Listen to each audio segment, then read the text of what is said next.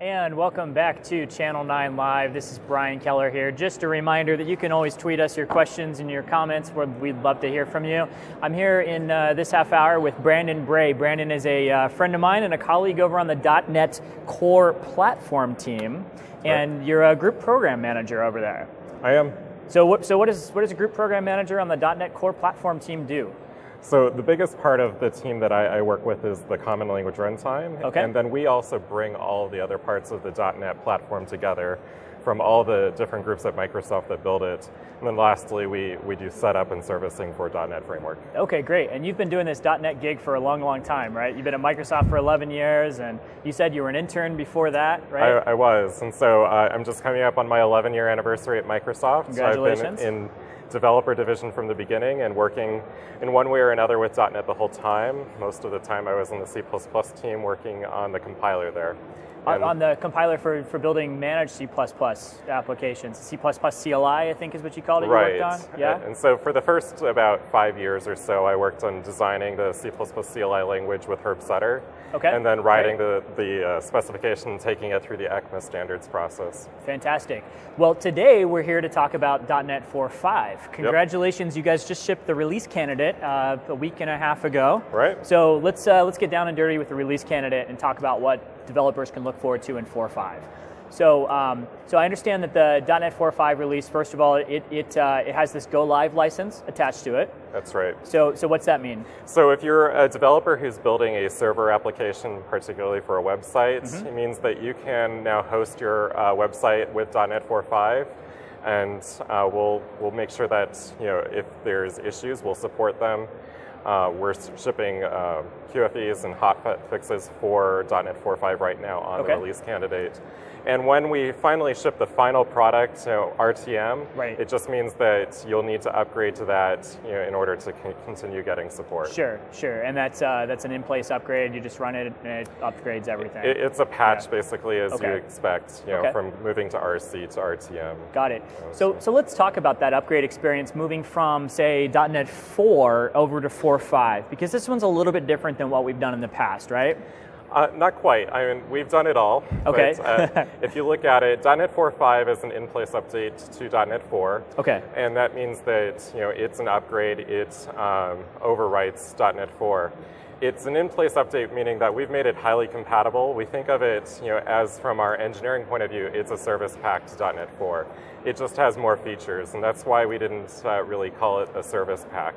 Got it. But as far as compatibility, we care about compat a lot, and we're focusing on that to make sure that we achieve a service pack style. So that means if I'm let's say I'm a Visual Studio 2010 developer and I'm still targeting .NET 4, but my customers are going to start getting .NET 4.5, my app should still continue to work. And if it doesn't, we consider that a bug, and we want to hear from you, right? Absolutely. Yeah. And in fact, I know, Brandon, that your team has an email address. If we could just pop that up on the screen, that's netfx45compat@microsoft.com. So we would love to hear from you. I know the schedule's getting tight for us to be able to lock down that feedback. But if you see anything weird on your machines as you go from .NET 4 to .NET 4.5 with your existing applications, then Brandon's team is happy to dig in there and make sure we can get that fixed. And if you submit bugs through the Connect process on the website for Visual Studio, we look at those as well. We've looked at every single one of them. Everything that we think of as a compat issue, we've gone and investigated and fixed. If you just want immediate feedback from us, the email address you get is the one to go to. So you're feeling pretty good about the path to RTM at this point? Yeah, we're close. We want it to be successful. Fantastic. Well, we do as well. Yep. So let's also talk a little bit about, we're going to dive into all the features of .NET 4.5 and all that good stuff first, but I want to go through a few more what happens with .NET 4.5 on certain operating system questions. So one of the things that I noticed is that .NET 4.5, at least in the release candidate, it's not supported on XP or Vista, and we've said that that's the way it's going to ship. So you won't be able to run .NET 4.5 on XP, Vista, Windows Server 2003, some of those older operating systems, right? Mostly. It does work on Vista, so Windows Vista .NET 4.5 is supported there. Oh, okay. But you're right, it isn't supported on Windows XP or Windows Server 2003. Got it. And so what does that mean for me as a developer if I have to support people that are using those operating systems? Yeah. Well, that's one thing that's really great about Visual Studio 2012 is we have the multi-targeting support for .NET. We've had that since Visual Studio 2008, and it's continued to get better in each release. .NET 4 is supported on Windows XP and Windows Server 2003. Right. And from Visual Studio 2012, you simply need to target .NET 4, and you get support for your application on XP. Great, that's fantastic. I really like that story there. I mean, obviously you have to balance between moving forward with new features and then dropping support for really old operating systems, but I like that you can kind of straddle the fences there as you need to. Yep. Okay, that's great. So the other question I wanted to ask you is, let's say that you're still writing old .NET 2 applications, which we still have people writing VB6 applications, so I'm sure there's a few of them out there.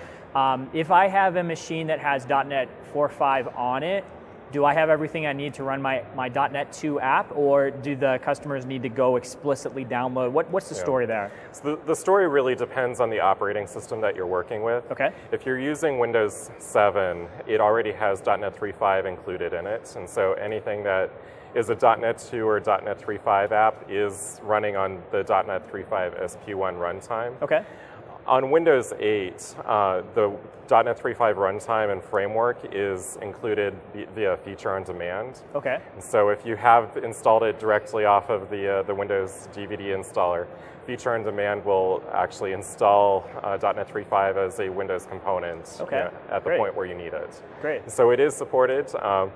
.NET 2 apps don't run on .NET 4 or 4.5 unless the developers explicitly said to do that. Okay. Even though most apps actually will run on 4.5, just for compatibility, we wanted to be a little extra safe, and so we kind of said if it's a .NET 2 app, run it on 3.5, unless the developer said so. Yeah, and that's been the story for a while now. It has since .NET 4. Right. And so you can actually change your config file to actually let it run on .NET 4.5 if the 3.5 or .NET 2 runtime isn't there. Okay, fantastic. It's pretty easy to do. Fantastic, that sounds great. So with kind of the operating stuff, compatibility, matrix, headaches aside, let's dive into the fun stuff, which is, tell me, I know this is like asking you your favorite child, but tell me, what is your favorite set of features in .NET 4.5? I think the really awesome one that was highlighted last week is some of the performance improvements we did in the core runtime. Last week, the Windows Server blog created a case study of Bing moving over to Windows Server 2012.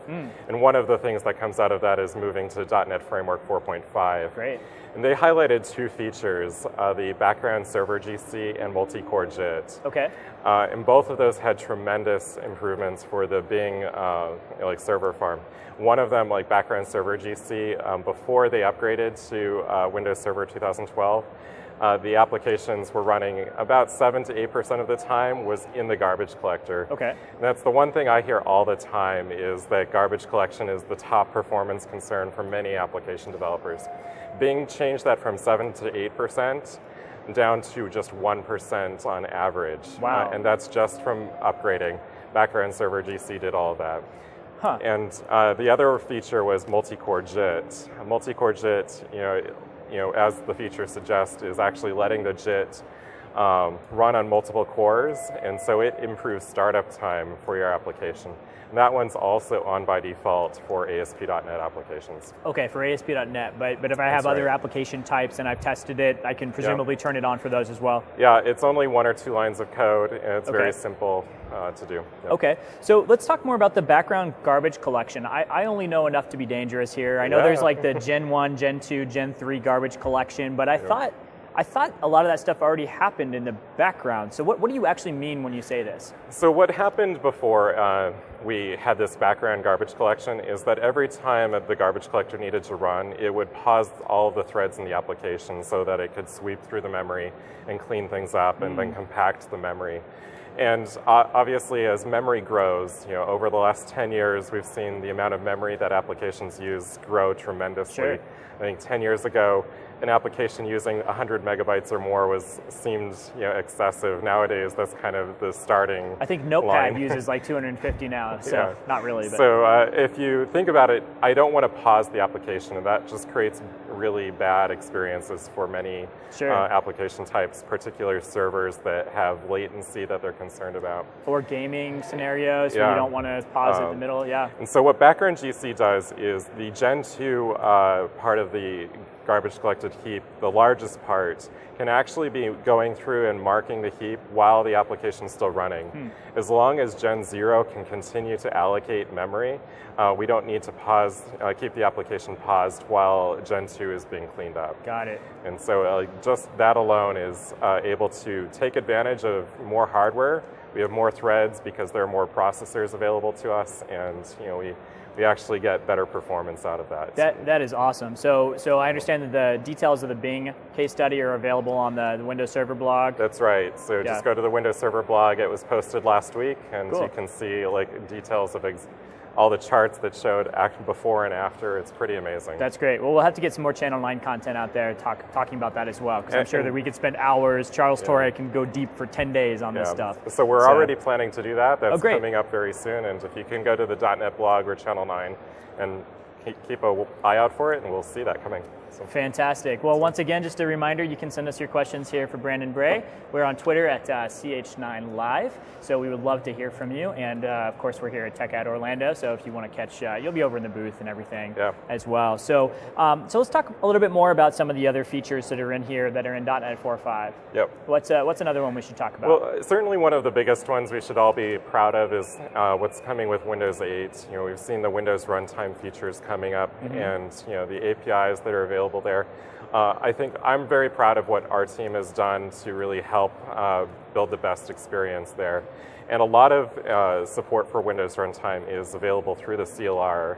The metadata that Windows Runtime uses is very similar to .NET, and so the projections into .NET are created on the fly by the CLR, so you have kind of a great interop story that you don't even notice is happening. What do you mean by that? What is a projection there? So if you think about, I just like a collection of something, a list of something, or an enumerable of something. Those are all .NET concepts that don't necessarily exist in other languages. Sure. So if you were in C++, you would be using the STL library. Okay. And so projection is basically making the Windows APIs look like they were .NET APIs. And there's a lot that happens with the CLR to make that almost seamless. Got it. But you guys are very explicit about making sure that you didn't just take every .NET Framework library and make that available for Metro. You go through and... In fact, all of the Windows APIs were created by the Windows teams themselves. I see. So it was actually not even the same idea as the .NET Framework. That is really the Windows API. So it's a tailored experience for Metro, but you can still take advantage of a lot of the same constructs you're familiar with from, say, C# or Visual Basic. That's right. Okay, that's great. And then we also have just seen this renaissance of NuGet being used to update, MVC and all those different libraries. That must be really core to your strategy now. It's getting more and more the case. We've seen NuGet was around for a while. It's been out before .NET 4.5. But even in Visual Studio 2012, we've seen the teams that build NuGet integrate it more in Visual Studio. So it's almost a first-class experience. A lot of the projects that you can open in Visual Studio are by default have NuGet as NuGet packages as part of their default template. Sure. And or Hanselman likes to say you've got to NuGetify this, right? It's like it become a verb. And it's amazing. I think this really does kind of set the future for a lot of things that are coming up. It's great, to be able to create any library and share it across any platform. And it really dovetails well with another thing that we did in .NET 4.5 called portable class libraries. Right. And so in Visual Studio 2012, you're able to build one library, one assembly that will work on phone, will work on within Metro apps, and work on .NET 4.5. And it works really well. And I think I saw Xbox in the list as well too, Xbox right? is there, yep. So really, I mean, if you think about it, .NET is everywhere. I mean, in terms of Microsoft platforms, and of course we've got Mono out there as well. Does your team engage with the Mono guys? Occasionally we do. Yeah. And I think that's one of the best things about .NET for me is that it really is part of every Microsoft platform, and at the end of the day, I kind of feel like everything I do can really help every developer work on any platform. Yeah, that's a great kind of arc to your career, because you started off 11 years ago working on the standardization front to make sure that we said, hey, look, we want to build this .NET thing. We want to make it available to anybody that wants to go out to implement these similar types of constructs on other platforms, not knowing if they would actually show up and do that. But of course, now we have seen that they've come. If you build it, they'll come, right? So that's really exciting. And then we also have this like parallel story and like async, and that's huge, right? We saw a lot of that in 2010 with .NET 4, and there's async now. So .NET 4 introduced the parallel framework, which had a lot of parallel collection types, and then the introduction of the task parallel library. And that really is the foundation that async has now been built on up from. Okay, so async, it's kind of all the templates and the Metro style templates, make use of async. It's really like, it kind of gets to the heart of this fast and fluid, like I should be able to touch this and it just updates and something else is doing something else, and as a user I don't even care. So it solved one of the classic problems of user interface design, is that I should never do work on the UI thread. But it's really hard to figure out, how do I transfer work off of the UI thread? Because it just clutters your code. And async and await just make that incredibly simple. So get rid of those modal dialogues. That's awesome. So that's really cool. We're seeing a new future. Now your team also, well, maybe owns isn't the right word, because it's more of a community thing. But you guys also participate in the .NET micro framework.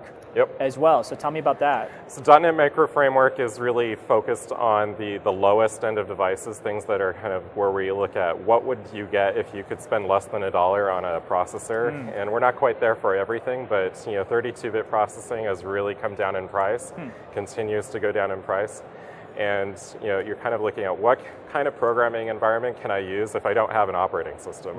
And .NET Micro Framework really is that. I think. So these are my toaster ovens, my refrigerators, my light remote switches, control cars. You want to do things like collect data and find out, is my application, or in my house, when are the lights on? Like, what's the temperature in different rooms? Those sort of things. Just, if I can collect tons of data, what could I do with that? And these devices are really suited to that, and it really ties well with the cloud story, where you can actually send data up to the cloud and you do something with it. Hey, you're out of Diet Pepsi or whatever, right? And you have the same programming model on both sides. It's really awesome. That's really cool. Have you done any micro framework programming yourself, or seen any cool projects you want to plug? A few years ago. I haven't looked at anything recently, but I do know a few applications of Framework and Silverlight, or just being able to detect when the garbage cans are full, and being able cities can actually do all sorts of things. You're talking about physical garbage cans. That brings a new meaning to the term garbage collection. It That's certainly awesome. Does. That's really cool. So what else? Anything else that we should cover? You're doing a talk on Thursday here at TechEd. So I'm covering what's new in .NET 4.5, and we're going through Entity Framework, Web API, and then taking it on the other side and building the Metro style app that consumes those HTTP APIs.